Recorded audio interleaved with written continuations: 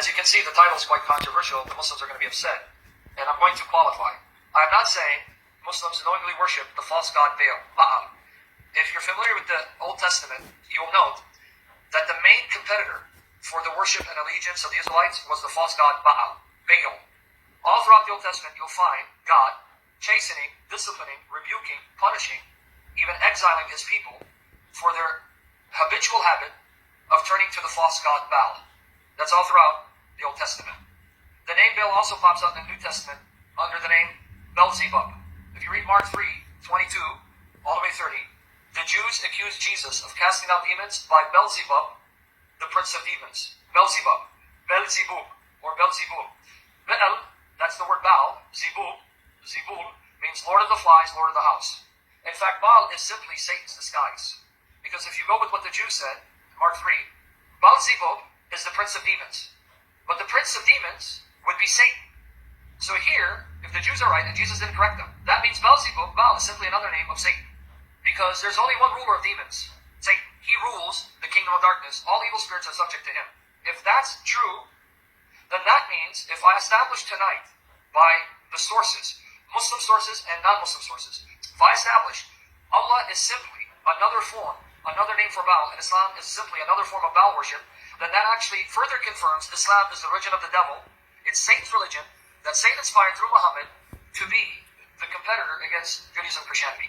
And that would make sense, right? Because all throughout Old Testament history, the chief competitor to Yahweh, Yahovah, was Baal. Right now, as we speak, the chief competitor is Islam. You understand why it's important? So here are the three facts I want to establish.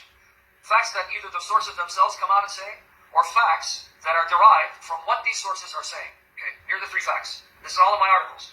Fact number one, Baal was the chief deity, the chief god of Mecca and of the shrine, the Kaaba.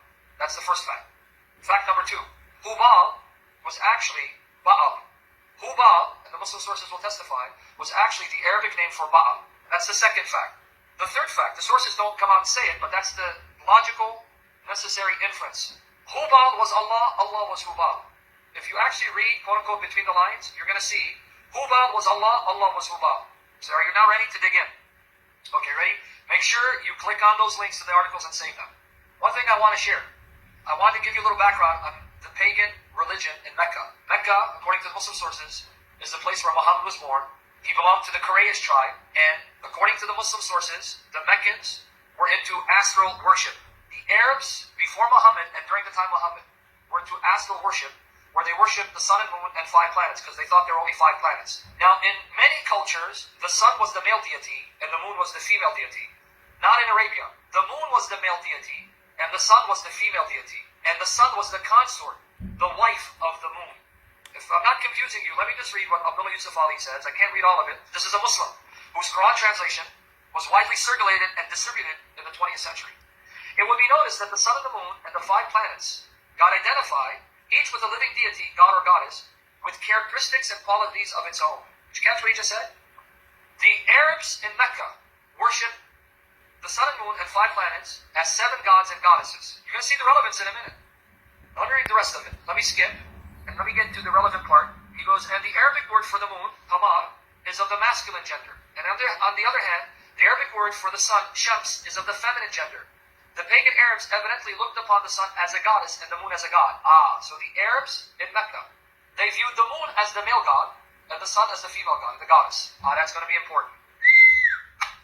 The moon is the male deity, okay, because it's the planet associated with the chief god of the pantheon, the chief god worshipped by the Arab pagans and a host of gods and goddesses, and the chief god is male. So the moon, that's a masculine now, so it's associated with the male deity who's the chief. But hold on.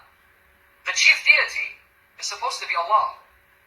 That means you just established that for the pagans, Allah was the moon god. Oh my goodness. You with me there? And the sources I'm going to quote will say Baal was the chief god, and Baal was the moon god. And Baal is actually the idol Baal. And I'm going to show it to you. Let's begin. Okay, this comes from Gods, Goddesses, and Mythology. Volume 11, page 137. Baal, chief god of the Kaaba, a martial and auricular deity, a moon god. What was Baal? A moon god. Oh my goodness. Are you seeing it? Okay, let's read another one. pre-Islamic deity represented by an idol in Kaaba that was destroyed by Muhammad when he conquered Mecca in 630. Patron of the Quraysh. Remember, Muhammad's tribe is the Quraysh tribe. So, who was the chief god of the Quraysh? Baal.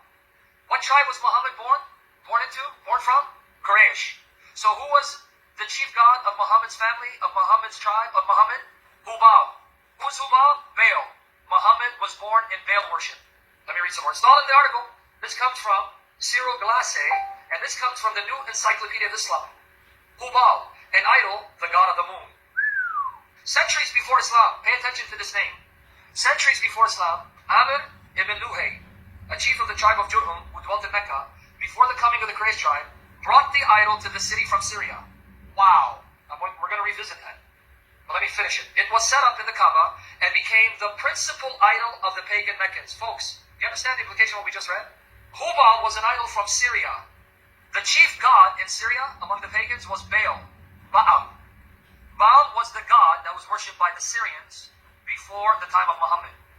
If this Arab, Amr, brought the idol from Syria, what was he bringing to the Kaaba? The idol of Baal. So he brought the idol Baal from Syria, and that's why it's called Baal.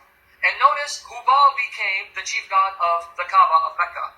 So you understand what the sources just admit? Baal is the god of the moon, he's the moon god. Baal was the god of the Kaaba, the god of Mecca, the chief god. Baal was the idol from Syria. These three facts are admitted explicitly by the sources. So now let's break it down. If Baal is from Syria, and the chief god worshipped in Syria is Baal, we just established Baal is Baal. That means Baal was the chief god of Mecca, the chief god of the Kaaba, and Baal was then seen to be the moon god, the god of the moon. Women know this, and they'll be shocked to hear this, and they'll say you're lying. They don't know this. They'll be shocked. Now here, a leading Islamic scholar, Islamist, says he's not Muslim, but he's a leading authority on Islam, Fred McGraw-Donner. Notice what he says. At the center of the town was the shrine called the Kaaba, a large cubicle building with a sacred black stone affixed in one corner. That was the sanctuary to the pagan god Baal. What are some of the pagan practices that Muhammad adopted? This is Karen Armstrong. They would kiss the black stone embedded in the wall of the Kaaba, which was probably a meteorite that had once hurled to the ground. Oh, so wait, the pagans before Muhammad used to kiss the black stone and Muhammad adopted it? Now we know why the pagans did it. Why is Muhammad doing it? Then she says in that same source, officially, the shrine was dedicated to Baal, an Abbatia deity, and there was 360 idols arranged around the Kaaba, probably representing the days of the year. Okay, Karen Armstrong, you are not hostile to Islam. You're very friendly to Islam, and you bend over backwards to appease Muslims. And Muslims even invite you to lecture in their meetings, and they praise your books. And you admit that the shrine was officially dedicated to Baal? Then who is Allah? If the Kaaba is the shrine of Allah, but it's the shrine of Baal, and you can't have a shrine for more than one god. Here, connect the dots, the necessary logical inference and conclusion, Allah was the name of Baal was the name of Allah. How do you get around it? And even here, F.E. Peters, in his book, Hajj, he says the same thing, F.E. Peters. This Muslim historian says, Amr ibn Luhay, pay attention, where does it come from? Amr ibn Luhay brought with him to Mecca an idol called Baal from the land of Hind in Mesopotamia. Baal was one of the Quraysh's greatest idols, so he set it up at the well inside the Kaaba in order for the people to worship it. Thus a man coming back from a journey would visit it and circumambulate the house before going to his family and would shave his hair before it. All of which Muslims do. Circumambulate the Kaaba and shave their heads. Here the source is saying the pagans were doing that before Muhammad. Folks, is it sinking in? Are you getting it? Now, are you ready for the challenge? Did you know that the Muslim scholars to this day have no idea what the Arabic word submit means? That's chapter 112, verse 2 of the Quran. If you read it in Arabic, it says, Allahu Samad. Allahu Samad. What does Samad mean? They have no idea. Samad. Now here's where you're going to get shocked. If Baal was actually Baal, pay attention. Baal was actually Baal, and the Arab pagans knew that was Baal. But in time, the connection became lost and marred by Muslims, by Muhammad and his followers, because they didn't want Allah to be identified with Baal. Then, it shouldn't surprise us that certain words connected with Baal worship, their meanings became marred and confused and lost as time went on, as Allah was disassociated with Baal. If Baal was Baal, and the evidence shows he was. But then in time, Muhammad and his followers tried to disassociate Allah from Baal, so that the connection became lost. Then it shouldn't surprise us that words associated with Baal, with Baal, that were then taken over by Muslims in reference to Allah, their meanings would be lost too. But if you go back in history and see the connection of these words with Baal then would make sense. Guess what, folks? We found an inscription, a Ugaritic inscription, with the phrase Baal Samad. Baal Samad, Lord of Samad, and Samad meant club. The Lord of the club, because Baal was depicted with a club in his hand. Here it is. This comes from Franz Rosenthal. Franz Rosenthal, a scholar of Islam. And he's talking about the Muslims being confused over the word Samad. And now he explains why they may have been confused. Let me read. There is enough room for suspicion to permit us having a look at some outside evidence. There we encounter a noteworthy phenomenon, the not infrequent religious connotation of the root Samad. In Ugaritic, that's a place in Canaan, Canaanite worship. Samad appears as a stick or club that is wielded by Baal. In the Kilamu inscription, line 15, we find Baal Samad, apparently Baal as the owner of his divine club. In the Bible, the adherence of the Israelites to Baal Pur is expressed by the Nepal of the root Samad. So even the word Samad appears in the Hebrew Bible in reference to Baal, even in the Old Testament. The verb that is translated by the Septuagint, hetalusi, the use of the verb doubtlessly reflects North Canaanite religious terminology. From Arabic sources, we learn that an idol of Ad was allegedly called Shamoun, which brings us rather close to the environment of Muhammad. Now watch this. In view of this material, the suggestion may be made that as-Samad in the Quran is a survival of an ancient northwest Semitic religious term which may no longer have been understood by Muhammad himself or by the old poets. Did you catch it? Such hesitation is what we'd expect if we are dealing with a pagan survival from the early period of Revelation. Wow. Did you catch it? We now have archaeological evidence showing Samad was associated with Baal. Baal Samad, the lord of the club, because Baal was depicted with a club. So Hubal comes from Syria, maybe Jordan, an idol of the Moabites, and the Moabites worship Baal. Hubal then comes to Mecca. He becomes the chief god of Mecca, of the Kaaba. So that means Hubal would be the Arabic form of Baal, either Ha-Baal or Hu-Baal, he is Baal. And then Samad would have been associated with Baal, but when the Muslims purified Allah from his connection to Allah, they kept Samad but did not realize its pagan root and origin and implication. Got me there? Okay. Now, let me read Ibn Kathir. The third line of evidence. Who's ready? From Ibn Kathir, one of the greatest Muslim scholars, commentators that ever lived. This is in my article. This comes from the English translation of Al-Sirah al-Nabawiyah, the biography of Muhammad the Prophet by Ibn Kathir. Volume 1. Pages 125-126. Volume 1. Guys, pay attention. Ibn Ishaq stated, it is claimed that when Abdul Muttalib received such opposition from Quraysh over the digging of Zamzam, he vowed that if 10 sons were born to him, who grew up and protected him, he would sacrifice one of them for God at the Kaaba. Allah at the Kaaba. So notice his vow. If I have 10 sons, I will sacrifice one of them for God at Kaaba. Do you remember what the person said earlier? Oh yeah, but Baal demanded human sacrifice. Did you catch what Abdul Muttalib vowed? To sacrifice one of his sons. Oh yeah, but Baal demanded human sacrifice. Did you just catch it? Abdul Muttalib promised that if Allah gave him 10 sons, he would sacrifice one of his sons, a human sacrifice to Allah. Baal demanded human sacrifice. Allah demands human sacrifice. Someone saying, oh yeah, but and then I said, what do you think jihad is if it's not human sacrifice? Okay, so now notice, Abdul Muttalib promised, if you give me 10 sons, I will sacrifice, kill one of them to you. Okay, now watch here. Let's see who's going to see this. Who's going to make the connection? Eventually he had 10 sons grown up, whom he knew would give him protection. Their names were Al-Harith, Al-Zubayr, Hajl, Dirar, Al-Muqawwim, Abu Lahib, Al-Abbas, Hamza, Abu Talib, and Abdullah. He assembled them, let's see who's going to catch this. He assembled them and told them of his vow and asked them to honor his pledge to God Almighty, Allah Azwajal, and all glorious is He. This is, in Arabic it's Allah. God in English, but Arabic Allah. So he vowed to Allah. Okay. They obeyed and asked him what he wanted them to do. He asked each of them to take an arrow, write his name on it, and return to him. Now watch this. Remember, he's going to go to Allah and sacrifice. Allah. They did so and went with him inside the Kaaba to the site of their god Hubal, where there was the well in which offerings to the Kaaba would be placed. There, near Hubal, were 7 arrows which they would use for dividing a judgment over some matter of consequence, a question of blood money, kinship, or the like. They would come to Hubal. to seek a resolution, accepting whatever they were ordered to do or to refrain from. Guys, can you help me understand? He made the vow to Allah. Why is he going to the idol Hubal? And why did Ibn Kathir say this was their god Hubal? And why is he asking Hubal whether he can get out of sacrificing one of his sons?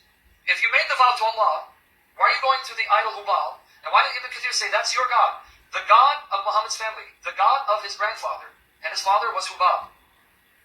Okay. Now the tradition goes on to say, before it dies out. Okay, this is my article. It goes on to say that the lot fell on Abdullah, Muhammad's father.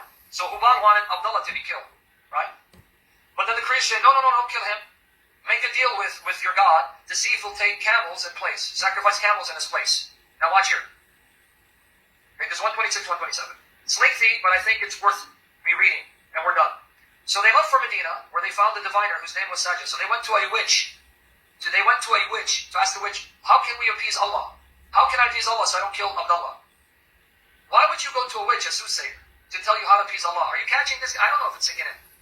What kind of God is Allah that would allow Abdul Muttalib to go to a soothsayer, a witch, a kahina, one who contacts spirits, to tell him how to appease Allah? And this is Ibn Kathir, one of the greatest Muslim scholars, saying this. Okay. So they left for Medina, where they found the diviner whose name was Sajjah, as Yunus bin Bukayr reported from Ibn Ishaq, that was at Khaybar. They rode off again and went to her and sought her advice. Abdul Muttalib telling her of the whole problem regarding him and his son. She told him, leave me today until my attendant spirit comes and I can ask him. Wow. So not only do you go to a witch, a soothsayer, she says, wait, my spirit will show up. In other words, a demon, a Satan. And that demon and Satan will tell you how to ransom your son Abdullah. And Allah is going to accept it. Allah is going to accept it, folks. Allah is going to allow Abdul Muttalib to go to a witch, a soothsayer, and allow an evil spirit, a demon, a spirit, to tell her how to appease Allah, and Allah's going to be okay with it. Now, what would the true God, Jehovah, Yahweh do? If an Israelite went looking for a witch and took the advice of the spirit that inspired that witch to appease Jehovah, what would God do, the true God do? Okay, now watch, let's keep going. They left her, and Abdul Muttalib prayed to Allah. So he's praying to Allah. Next day, they went back to her, and she informed them that she had a message. How much is the blood money you prescribe? She asked, 10 camels. Okay, and then they says, okay, go back and present your man as an offering and do the same with 10 camels. Then cast arrows to decide between him and them. If the dividing arrows point to him, then add to the number of camels until your God is satisfied. Keep doing this deafening of arrows until it points to the camels, not your son. Okay? And once it points to the camels, then you know that's how many camels you sacrificed to ransom your son Abdullah from being murdered. If it points to the camels, then sacrifice him in his place. That way, you will please your God and save your man. Please your God and save your man. So they went back to Mecca. When they had agreed to do so, as she had said, Abdul Muttalib said prayers to God. Prayers to God, Allah. Then they offered up Abdullah and the 10 camels as sacrifice and cast the arrow. At that point, the men of Quraysh told Abdul Muttalib, who was standing near Hubal, praying to Allah. Hubal praying to Allah. It's all over. Your God is pleased, O Abdul Muttalib. Wait, earlier it says their God was Hubal, and it says as he's praying to Allah, he's before the statue of Hubal. Here you go. Ibn Kathir, pages 126, 127. Here. At this point, the men of Quraysh told Abdul Muttalib, who was standing near Hubal, praying to Allah. Arabic is Allah, a God. It's all over. Your God is pleased, O Abdul Muttalib. But wait, who's this God? Is it Allah or Hubal? Because earlier, Ibn Kathir told us this. Look what he told us, Ibn Kathir. They did so and went with them inside the Kaaba to the side of their God Hubal. Hold on. Abdul Muttalib praised Allah by standing in front of the idol Hubal. Hubal is said to be his God, the God of his family. But then the Quraysh said, it's all over, your God is pleased, O Abdul Muttalib. So I'm really confused. If this God is Hubal, and he's praying to Allah, but he's shuffling arrows to the statue Hubal, and he's before the statue Hubal praying to Allah, are you trying to convince me that Hubal is not Allah, Allah is not Hubal? Can you help me understand now? Why does Allah accept Abdul Muttalib going to a soothsayer witch? And why does Allah accept a demon telling that witch soothsayer how to appease Allah? And why is Abdul Muttalib going before the statue Hubal and shuffling arrows and praying to Allah at the statue of Hubal? And if Allah is his God, why did Ibn Kathir say Hubal is his God? What's going on here? What's the conclusion? What's the conclusion, folks? Who is Allah truly? He is Baal. And Baal is another name of Satan. What more proof do you guys need from the Muslim sources when you combine them together that Islam is nothing more than Baal worship repackaged by Satan through his man Muhammad in order to entice the people of God today away from the worship of Jehovah, like Baal did during the Old Testament period. How many of you are overwhelmed and shocked by the evidence? Jesus saith unto him, I am the way, the truth, and the life. No man cometh unto the Father, but by me. If thou shalt confess with thy mouth the Lord Jesus, and shalt believe in thine heart that God hath raised him from the dead, thou shalt be saved. For with the heart man believeth unto righteousness, and with the mouth confession is made unto salvation.